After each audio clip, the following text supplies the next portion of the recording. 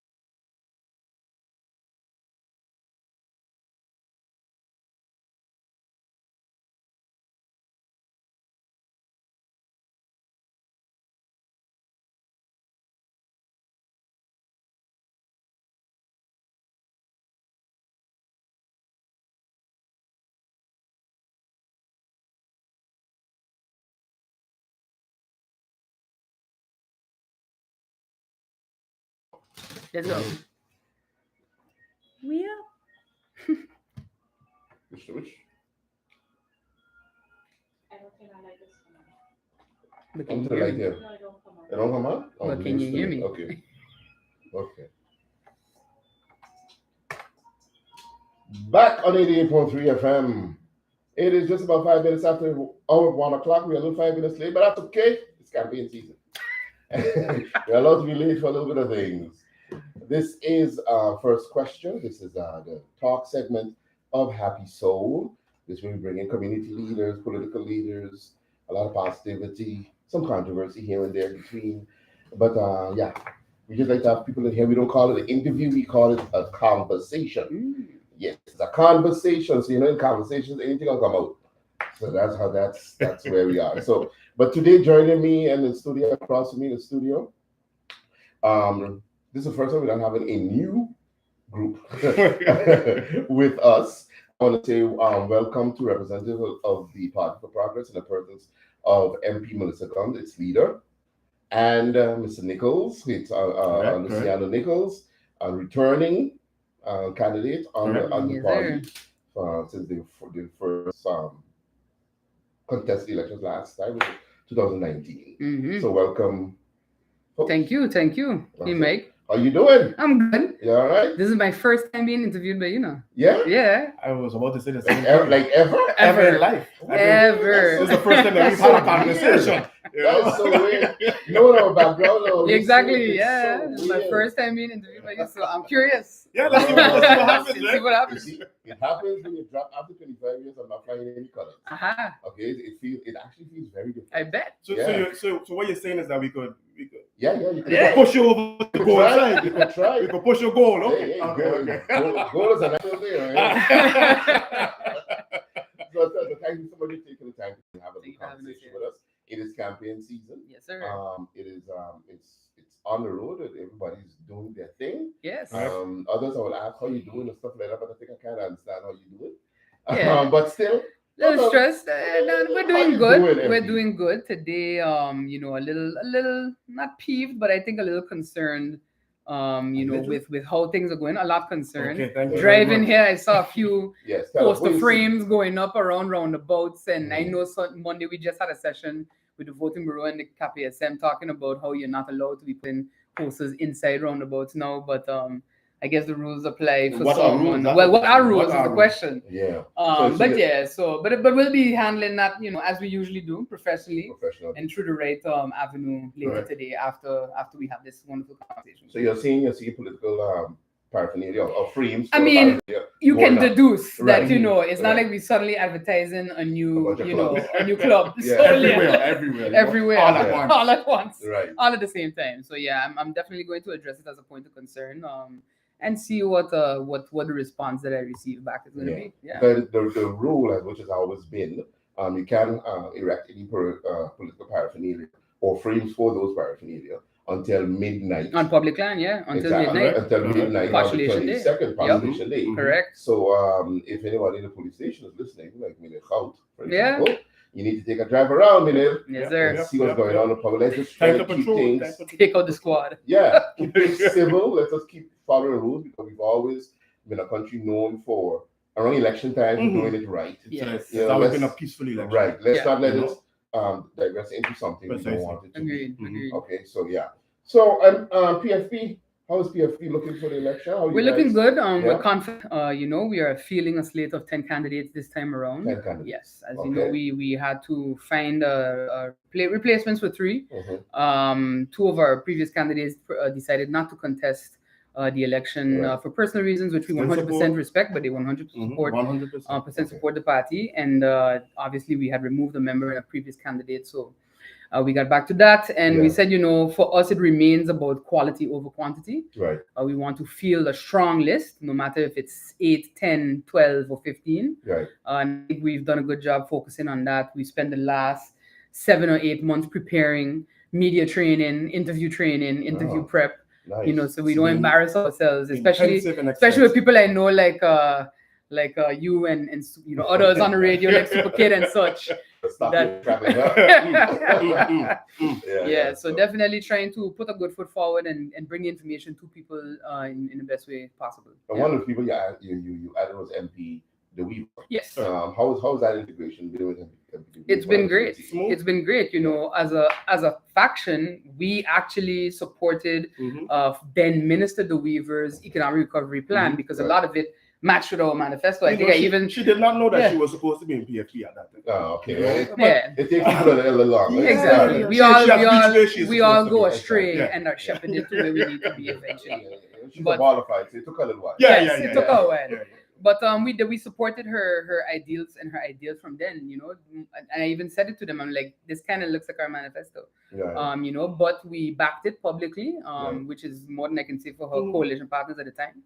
And now the integration has gone. She's been a contributing factor to the manifesto, which will Definitely. be going live next week before postulation, just like 2019, Mhm. so that we can get our thoughts out there to the people on how we think things should move forward for St. Martin. After the last couple of years, after the last 4 years, what is this manifesto? Is this manifesto going to reflect anything that you like realized over the last few years that you need to tackle that you didn't know before? Yes. So we've tried to incorporate it in line with the reforms that are already being worked on. Correct. And that's a reality. Any incoming government is going to have to deal with. Yeah. It's not going anywhere. So we took that in mind. We also listened a lot in terms of healthcare. I think we expanded even on that section. That's a big concern. Yes, when we were meeting with folks, and even from energy, even waste management, we've had to, and Lucho can talk a bit about that. Yeah. So it's definitely something that we've updated, but surprisingly, not that many updates because a lot of things remain as they were 4 years ago. Right. Yeah. Now, getting into Parliament 4 years ago, was it really as you expected, or worse, or whatever? I mean, you as an individual getting into there, not take the whole political background out of it with pops and everything. Yeah. But how was it for you? What kind of a revelation was it? I would say it was a little worse. Worse. I than think you thought? we've done our best to raise the bar of discussion in Parliament and focused a lot on openness, transparency, being just honest with people. I think that is a big issue that we're facing, where because we have persons that are more concerned with the vote than doing what is right, we have shied away from making critical decisions that could have moved us a lot further than we were. Even from the very beginning, when COVID, touched the island for the first time, one of the first things Rayon and I said that we needed to do was take a step to reduce the salaries of members of parliament and the council of ministers. Why? Number one, you show solidarity with your people, because let's remember, many of them were in government in 2017 when Irma hit, and not one of them dropped their salary after that hurricane.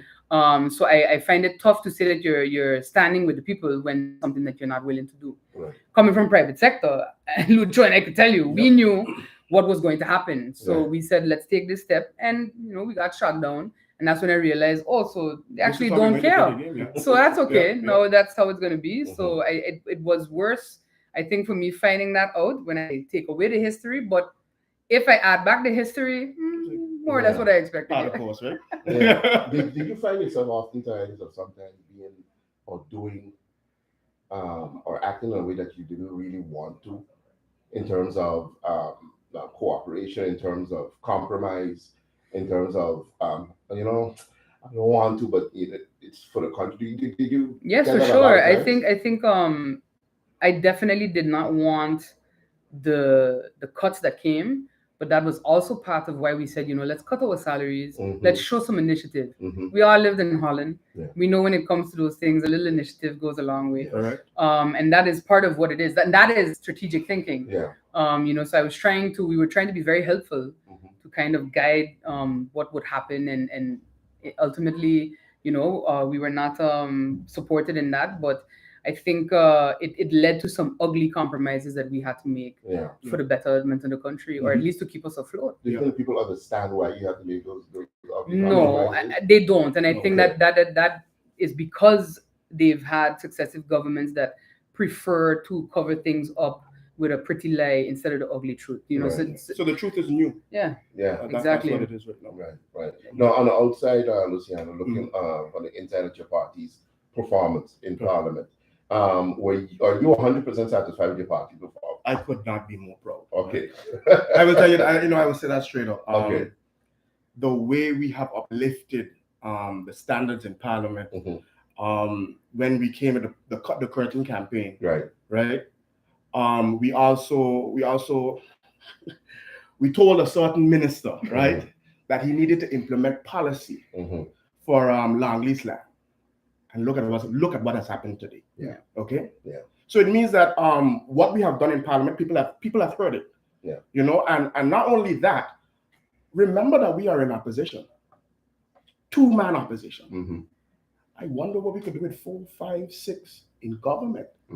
If we can do this with 2, so I could not be any more proud of my party. Was there a lot of lobbying involved in Parliament, MP, when it comes to stuff you want to get done? I mean, how challenging was that? Well, lobbying, I mean, some things it worked, some things it didn't. With, for example, the motion of disapproval against the Minister of Rami, that saw some coalition members, vote with us. And then, well, leave their parties as not as a result of that particular moment, but I think that was a contributing factor. So definitely, and my way of lobbying is just keep an open mind. Right. Like I think I try to give everybody the benefit of the doubt that if they hear it, and if their heart is really for St. Martin, that they will agree, whether it's me or whoever. So you do try to get that done. But yeah, it's tough sometimes. Yeah, I think the way you guys perform in Parliament, when I look at it, is something Michael Ferrier used to tell me all the time. He used to say, it's so much chaos. I mean, trying to bring order to chaos. Yeah. People, it's so new, foreign, it's so shocking, it's so Yes. foreign. Now, what do you guys have to continue doing for people to finally become the norm? What has to happen in this country for that to become the norm? I think you need to keep. For us, personally as a party, I think we just need to keep continue what we're doing. Yeah. I've had persons approach me and tell me that in the beginning they didn't really understand, because we have a different way of speaking, a different way of approaching things. Yeah. But then ultimately, those same persons say, but I like it, and it's curious to me because we sometimes get criticism for talking too lofty or we're too intelligent. That's one thing I got one time. I was like, okay. But when you look at our neighboring islands, who, the majority are independent, which some in the community strive for us to be, and you look at their parliaments, what is reflected back is professionals. That's right. Accountants, lawyers, doctors, nurses, policy work. Like they in fact, it's I tell people all the time, like, you didn't really see, even if you look at how civil servants tend to run here, that wasn't allowed in Antigua until earlier this year. Yeah. You're not allowed. So your parliaments and your ministers are always professionals. Right.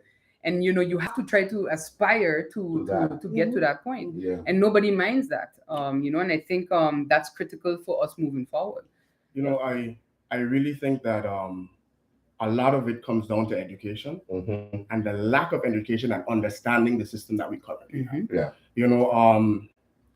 Tell people all the time, I was born here in St. Martin, but my father's from Barbados. Right. And we know the Bajan Parliament. Yes. Okay? I'll tell you a story. WrestleMania. when I was between the ages of, let's say 6 and 9, I lived in Barbados. I remember in 1994 there was a snap election call, and what is the third grade here in St. Martin? So that's class 2 in Barbados. Right. That's the third grade here in St. Martin. They made us collect newspaper clippings of all that was going on in politics in Barbados, and we had to compile those things for our civics class. Okay, so from a young age in Barbados, you have to know what is going on in your country, and that's how you develop an informed electorate. That's what we need here in St. Martin. It's interesting and ironic you would just say that, because just this morning I know of a particular school who has disallowed mock election that Teen Time was trying to organize for the students. Yes. But we'll get into that at a different time. And you see it also when our students travel to go to debates and stuff like that. They are so, sometimes, I hate to use the word outclassed, but in terms of the knowledge of way they speak, so it's the norm over there. Correct. Yeah. So that's what we mean. Anyway. So now here we are, this upcoming election. Yes. What is the one or two particular things you're focused on? We remain focused, considering what's going on in the country. Yeah. Financial management of the country, Mike. Right. That remains the primary focus. We have spoken exhaustively, especially MP Peterson, about this LBHAM to satisfy Article 46 of the Accountability Ordinance. The fact that it is not there means that tendering is done by the minister's whim, which we have seen with the garbage collection. We've seen it with trenching, with in other ministries as well. And that's the thing, you have something that is required by the law that you have to put in place, and no government has done it, which is true. But if you say that you're committed to righting the wrongs of the past, which you've been very dramatic about saying, then that to me should have been the first thing that you do. And it's actually something that we've put in our manifesto. I put a special final page at the back of the manifesto that basically says the Party for Progress deal breakers. So I'm telling the public what would be required, what is the absolute non-negotiable point for us if we are invited to form coalition. So if you don't see us in one, then you know. Then you know. Some box there wasn't checked. And that's the number one deal breaker, because I think that it's my dad likes to say we drinking champagne on a Coca-Cola budget, right? which is not incorrect. And I think that we need to start being real with people and tell them that this is why a lot of these ongoing issues are still occurring. There is no money, right? And what is there has been borrowed. And if we want to not continue to borrow, then we need to, all of us, ministers on down, tighten our belts. But it's tough to tell people to tighten their belts when you yourself voting down salary cuts and complaining about them at the height of a global pandemic. So, I'm assuming you got consensus for this across your entire party. Of course. I'm assuming. That's one thing we don't play with. We've seen in the past where you get not the word is the black sheep, but somebody will just pop out and then decide, I don't agree with that. I'm going to cast my declare myself independent right after the elections because I want to be in power. Yeah. But you can tell the people here without a doubt that your members are all on board with that. Yes, for sure. This is something that we embody team. We didn't start thinking like this time around. I think we have been one since 2019. Correct. More so than those that try to proclaim it now. And I think that it's nice to be imitated. It's flattering, but I think it's people will see that some are actually walking the walk and talking the talk, and instead of just doing one or the other. What about those folks who would criticize you and say, but the point is to get in government, not to perpetually be in opposition. Yeah. So bend some more and forget your list. I mean, what about that kind of a criticism? I think that has brought us to where we are right now. Yep. Okay. Yep. Yeah. It's brought us to where we are right now. We Lucho and I have both grown up in politics in different parties. Over the years, over the decades, we have seen firsthand how internal issues render parties almost obsolete. And I try to tell people, if we're not all singing the same song and we all cannot match, forward. I've never been in a band. Lucho's a drummer, so he knows. But I think that bending is a very peculiar thing to request, and people have said it. Are you too straight? Yeah. I said, well, but right now we need. Right now, that is what you need, because bending. Right now. We need it all the time. We need it all the time, but because we need it no more than ever. Bending is what brought us here. Yeah. It's always been a compromise. It's always been and compromise is possible, but not on your integrity and your principles, right? On your ethics, So that is how you build a culture of good governance. Now, do you your party? So obviously you're willing to go into a coalition. You have your list. Are you saying the other party or coalition partners have to perfectly match up with your list? No, I think it's three things, man. Yeah, it's three not a simple whole, things. It's not an exhaustive list. Nah, we ain't gonna do that. No. It's three things.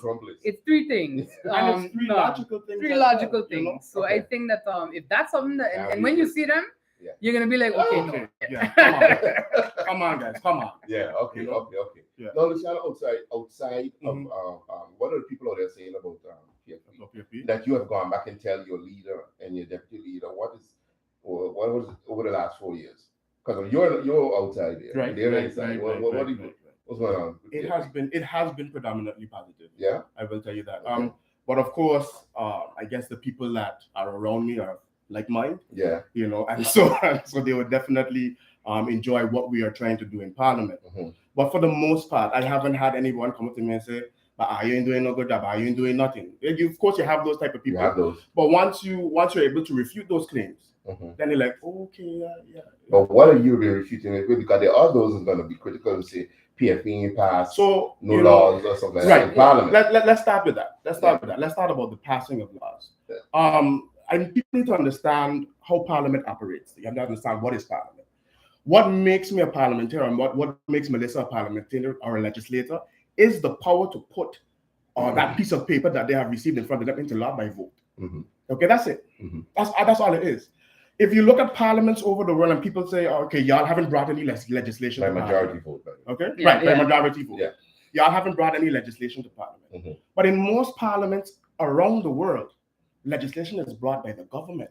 The bulk of legislation is brought by the government. Yeah. Okay? It's because legislation is tricky. Legislation is intricate. Yeah. And so one piece of legislation could involve so many different partners, so many different factors, that you should be in government where you can access those different partners to bring that bill to Parliament. You know? And I think we see the reflection of this in, you know, advices over the last year or two from the Council of Advice on initiatives coming from Parliament, which have essentially kind of eaten them, chopped them up and tossed them away. It's been hypercritical. It's been, you know, pointing out, at one point in time, even said, well, we advise the initiative taker not to move forward with this piece of legislation, which I had never seen in my life, you know, coming from a Council of Advice. So I think that it's persons will say, you know, they haven't brought any legislation, etc.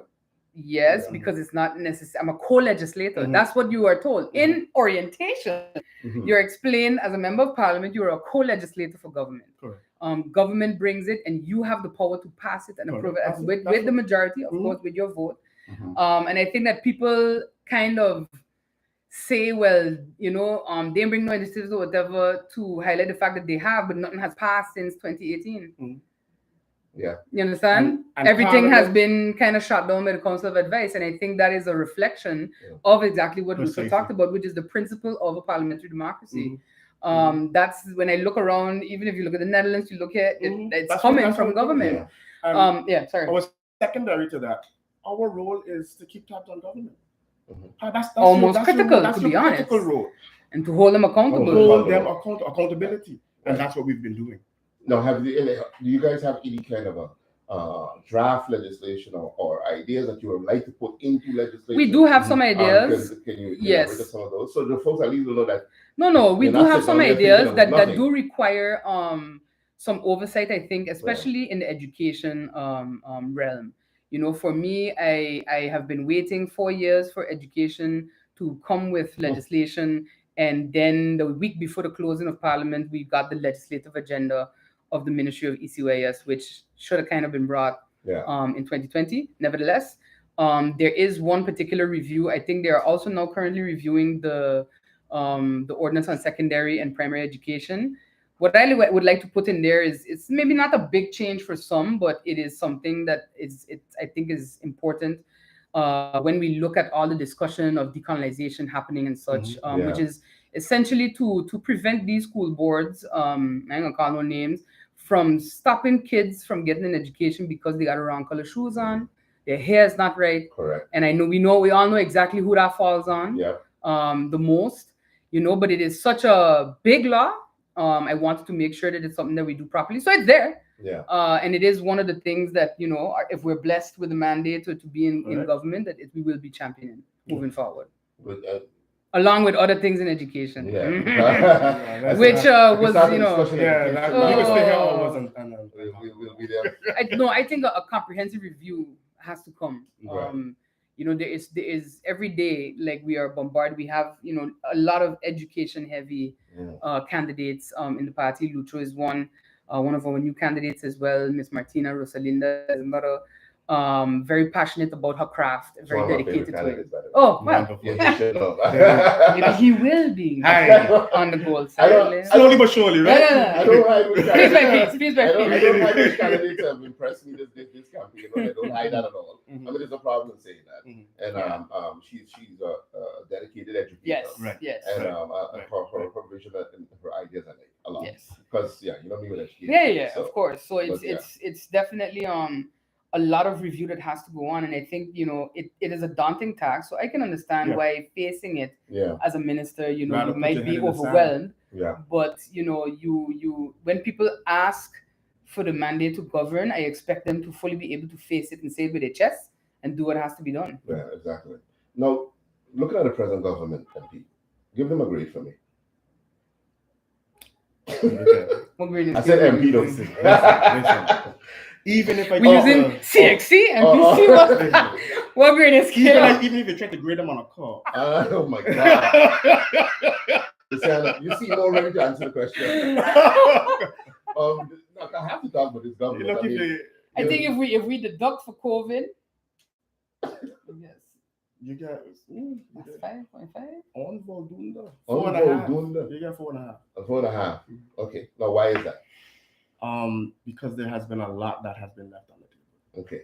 You know, there's a lot more that I believe that they could have done, and then everything else that happened.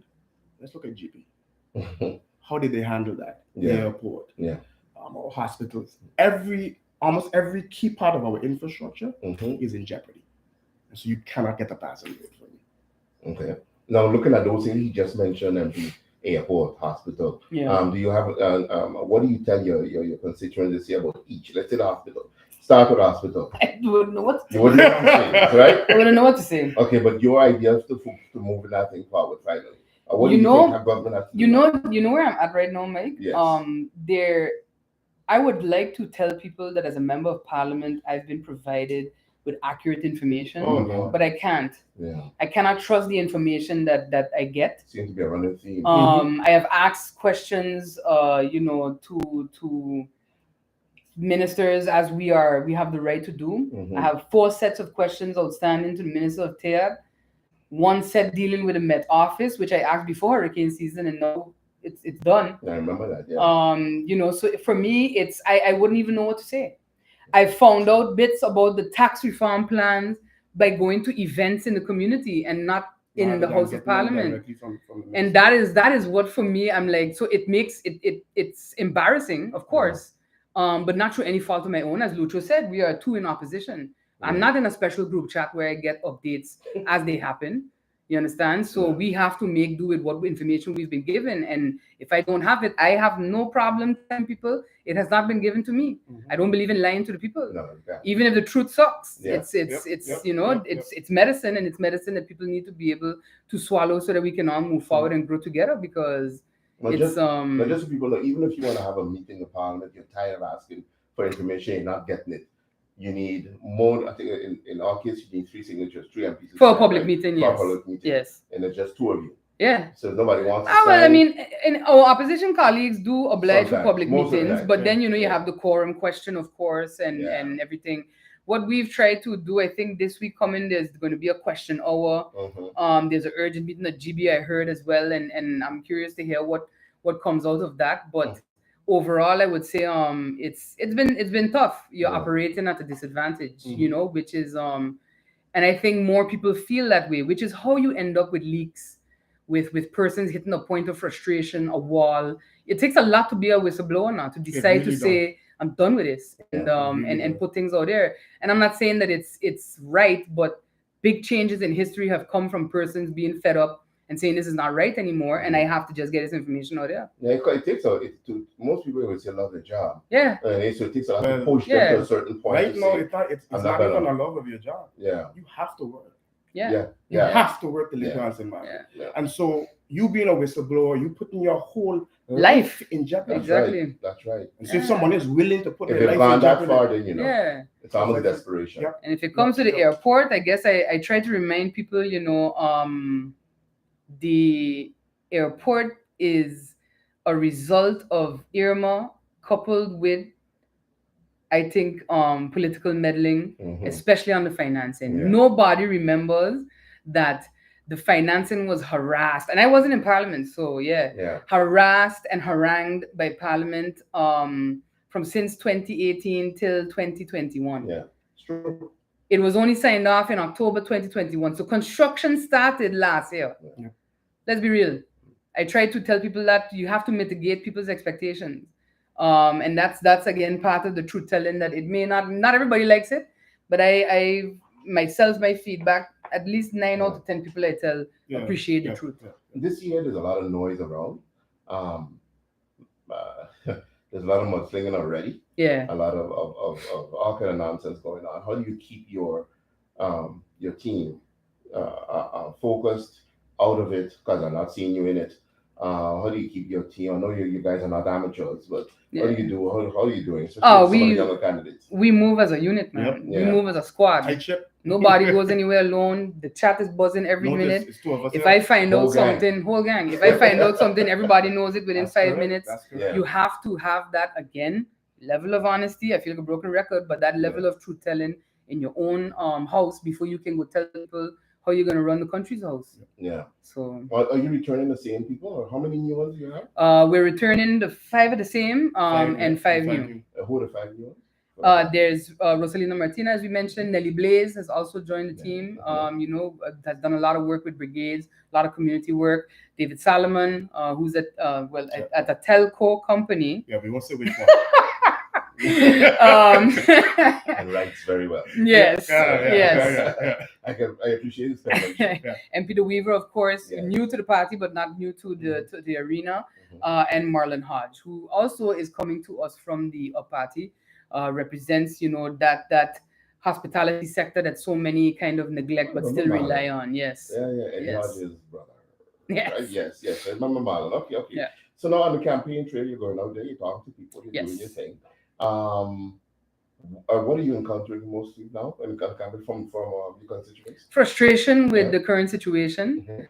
I have to say it's been refreshing talking to people. Like Lucho said, you will always have detractors. But if even outside of my circles, which indeed, if you surround yourself with people that are like-minded, it's going to sound like an echo chamber. Right. But even when we step outside of that echo chamber, it's been positive feedback. Staying above the fray, keeping everybody together, moving as a unit regardless from since 2019 to now, and keeping that that it's not even an image really, it is just reality. That's just what it is. It's keeping reality out there front and center. We are all friends. Truth be told, we are all friends. We see each other on the road, hail up. Big hail up. Well, when I see you driving, because I don't see nobody. I just driving. If people they texted me in the chat like, Melissa, I'm like, guys, I'm driving. Okay. So you all know each other, everybody gets along. And that's important. That's part of the process to even be selected. Like if it doesn't vibe, then I believe that you should be bored of a fellow. And obviously you don't subscribe to the thing that you should have 15 candidates because of 15 seats. No. Or 23 or that's a lot. It projects strength. You don't subscribe to that. No. I think when people say, oh, it projects strength, I say, well, when you want to do things with precision, with laser focus, the Navy SEALs don't send 50 people or 23 people. It's maybe 10 max. To do whatever they gotta do. Like you do, as a gamer.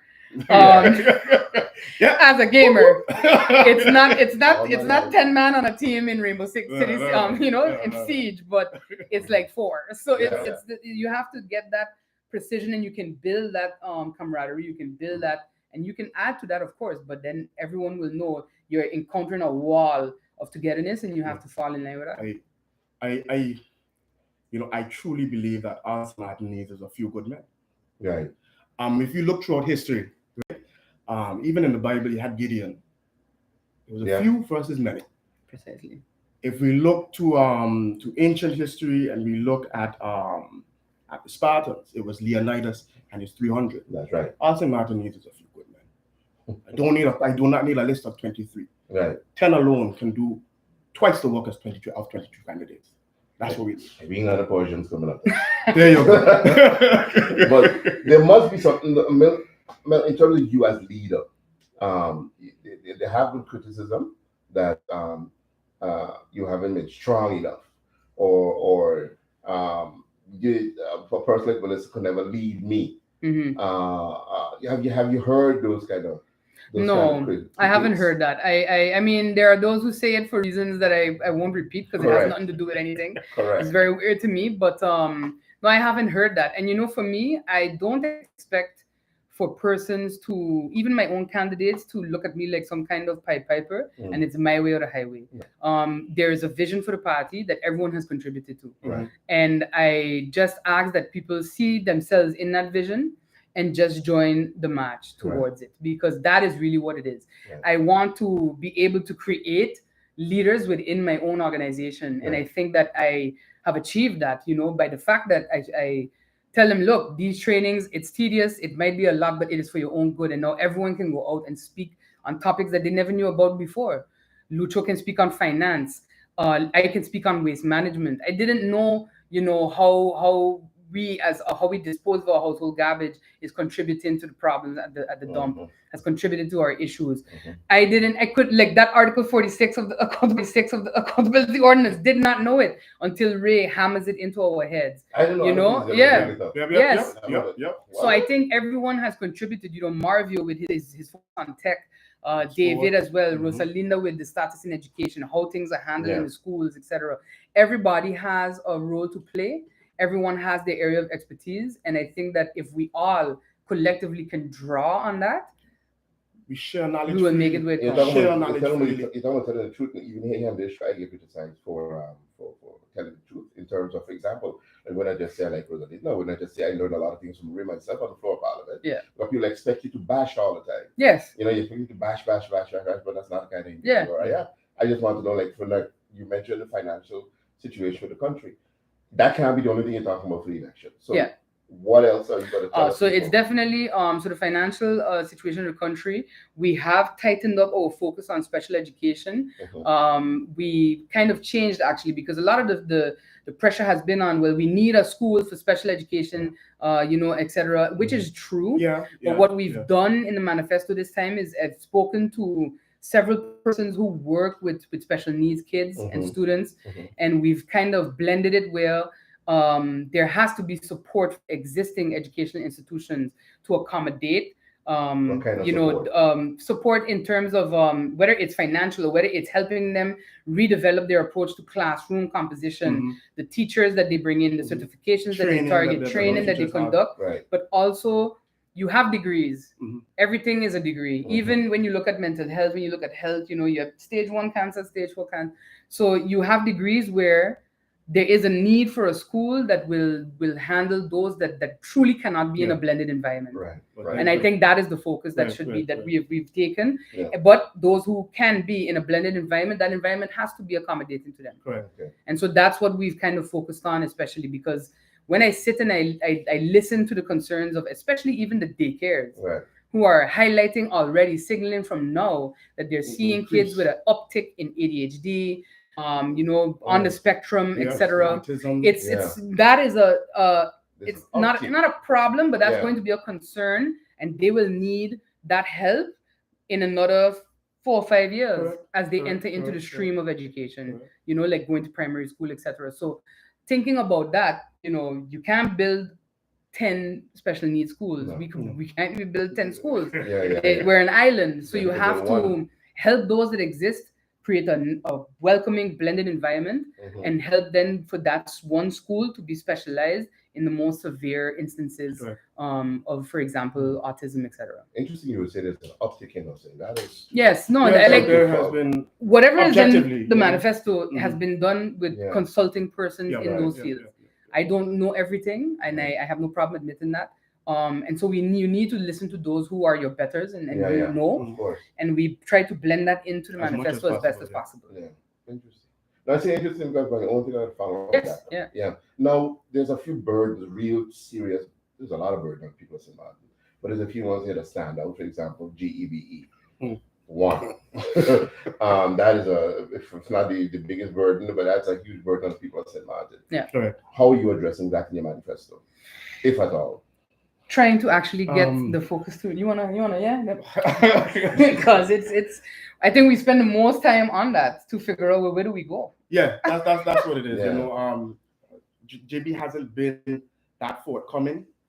Well, at all. Let me put it this way. Parliament hasn't gotten the information that they would like to have on what all has happened within GB. When it comes to GB, we know that they should have been looking into renewable energy for a long time now. They have not done so. We have agreements with grid markets and all those kind of things. And so PFP believes that we need to, these initiatives have already been started, and we need to see them through. Where GB is concerned, it's a ticklish place. GB should have cut the losses at the beginning and started afresh. We wouldn't be in the situation that we're in right now. And without all the information that we really want from them, it's very difficult to navigate that morass that is GB right now. But ultimately, the whatever is there has to be addressed once we actually know. and then ultimately it is to focus on transitioning us to a point of renewable energy. We talk a bit about net metering in there, which is not my area of expertise. So I'll let when David and Marlon come through, I'll let them go there. But we've learned a lot, on what is possible with solar, the investment that it would lead to for the country and such. So I think, and you also have to approach GB in consideration of what has been agreed to with grid market, which again something that we don't really since the announcement to now. It's there's not been a official update then to Parliament, so it's really again, sorry to say, Mike, I like to come with information. I know. But if I don't have it, I can't tell it. Exactly. So yeah. All right. Now the other burden, of course, is a general burden, which is the cost of living. Yes. GB is part of that. How are you addressing that, if you like? Firstly, establishing the poverty line. I saw that the census revealed that 1 in 4 households is essentially living in poverty. But how do you know we don't even have a poverty line? Exactly. When I saw the headline, no, exactly. So that's why I said, for us, it's still, and this is something like Patrice is really focused on as well, is establishing the poverty line, because that amount in the paper is not. It's not it. It's not it. For all we know, you might need upwards of 3,000 guilders a month to live here. Right. You understand? Right. And that is what has to happen. But what we cannot do, right? We cannot simply raise minimum wage. That was going to be my next question. I do not believe in making decisions from a point of ignorance. Right. Yeah. You must be knowledgeable on what is going on. So we have to do the research. Yeah. I'm a scientist. I believe in research. Of course. You understand? And so for you to just say, okay, we're going to raise minimum wage by 5 cents or whatever else have you, what does that do? The thing is, let's say you raise it by a lot. What happens to companies now that are employed? I'm a businessman, I can tell you. Okay. What happens to companies? What happens to even the earner? Because where do you might push somebody into a tax bracket that they have not been in before, so it's a lot to first we have to figure out what does it take to live here. I'm telling you, and that goes hand in hand with also teaching people about their own financial responsibility at a grassroots level, because persons who are at that point are not going to dedicate time to come to a workshop or anything like that. So it really has to be just targeted campaigns to inform. Because when I go to the supermarket, I get a shock. If I get a shock, my mind is always on what is the average earner on this island. What are they experiencing? I don't make minimum wage. Yeah, I'll say that straight up. I work 2 jobs though. Yeah. Okay. And we can barely make ends meet. Yeah. Me and my significant other. Yep. We have one son, 1 2-year-old, and we're struggling. So what about the others that are making minimum wage? Yeah, I asked myself. I do not know how you're surviving here. I don't know. It is virtually impossible. Yeah. I don't know. So that's something where you really need to look into. Well, what does it take? It was a point of criticism for me when the central bank did it for Curacao, to say, well, what do you need to live in Curacao? And I'm like, okay, but you're the central bank of Curacao and St. Martin. So where's our there's our research? The answer is also that. Yes. Yeah. So definitely something that is something yes, to focus yes. on for sure. Because And people, I'm telling you, people only want to live better in this country. Yes. That's but they're so burdened right now. Precisely. So I think any political party now better be ready to address those simple questions. We're going to do a GB, we're going to do cost of living, and we're going to put rent. Yes, well, if there's anything you can do about rent. Well, rent, I think that rent we have looked at before. It is, you have a rent committee that is essentially kind of toothless, but that is something that I can say MP Peterson, who has studied rent law, it has had his focus to try to find a solution to it, because it has to do with the value of the property that they can assess, etc. It's a lot, and you need to be able to address that in a way that you persons can actually afford to live here. Like it's wild. Great. But what I saw in the paper was not it. Yeah, I said to find a report on the results of a census. Yes. Yeah, without a line. And then it ties in with price controls all the time, not just certain times. Yeah. Not when it's nice for a picture. It ties in with a lot of different things. Yeah. Controls of the port. It ties in with what do we bring in? How can we reteach people how to shop? Right. And how do you clamp down on those types of things? Of course, in collaboration with business owners. Right. But there are solutions that we have been looking at. I believe we also mentioned about agriculture, where I'm not saying we lease land somewhere, but there are ways to grow things here that do not require land, and you have to look at those new innovative ways to move forward as well. Is it sometimes to you when it's overwhelming? Because it almost feels like you have to retrain, or not retrain, but train an entire community, an entire population about financial literacy, saving, and agriculture. No, for sure, for sure, Mike. And do you ever get a feeling of being overwhelmed? Of how much it can be overwhelming, but I've tried to, I lean a lot on everybody on the team, and that is why it's so important to us that we are a team. So I lean a lot on the team. I lean a lot on Rayon. I think we've made a strong in Parliament to the point where we've been honest about, even if we disagree, we can vote differently on emotions or whatever. And then people have a panic attack. We fall apart. I'm like, no. It's happened more than once. And then they're like, we fall apart. I'm like, no, we're not falling apart. Best buddies. We had a conversation about it. I go in this way, you go in this way. But I think that also has a lot to do with everything comes from the top down. And it has, again, a lot to do with truth and with telling people the reality of the situation. And I think over the years, in 2020, there was a former politician that went on the radio and said, we are not a people that likes to save. We're not a people that likes to hold our money. We like to enjoy and have a good time. And I said, that's nice. It works out for, it's nice to tell people that when you are sitting in a comfortable spot. Exactly. And, I think I even addressed that in a letter to the editor, where I said, it is not wrong to tell people to be more fiscally responsible. I cannot blame people for what they do not know, what they've not been taught. Right. Lucho mentioned about civics, and I cannot blame people for what they don't know because they have not been informed. Right. And that is the first step. And it sounds like it's going to take a long time, which it will. Yeah. But I don't see, we are not going to be the ones reaping the benefits of this, you and I. It's going to be Mateo, it's going to be Iskander, it's going to be, it's going to be everybody's kids and grandkids that are going to reap the benefits. And I do that. I'm very cognizant of that. Now, any upcoming activities for the party coming up? Well, of course, next week is Postulation Day. Yes, sir. We're handing in the list at 9 a.m. If persons would like to support, they can come out, meet us at the square there. We're going to walk over the list. Does it feel nice not to have to go and get the next signature? Although last time, you guys got we did. It felt like 10 seconds. We did. It's like, what? Yeah, I think it was like an hour maybe. I think it was 45 minutes. Yeah. But we hit the limit. No, we got there. I feel like we did all our work setting up. And It was like, okay. Gotta go. Yeah, no, it does feel good. And I do wish all the parties that are seeking signatures on the 23rd the best of luck with that.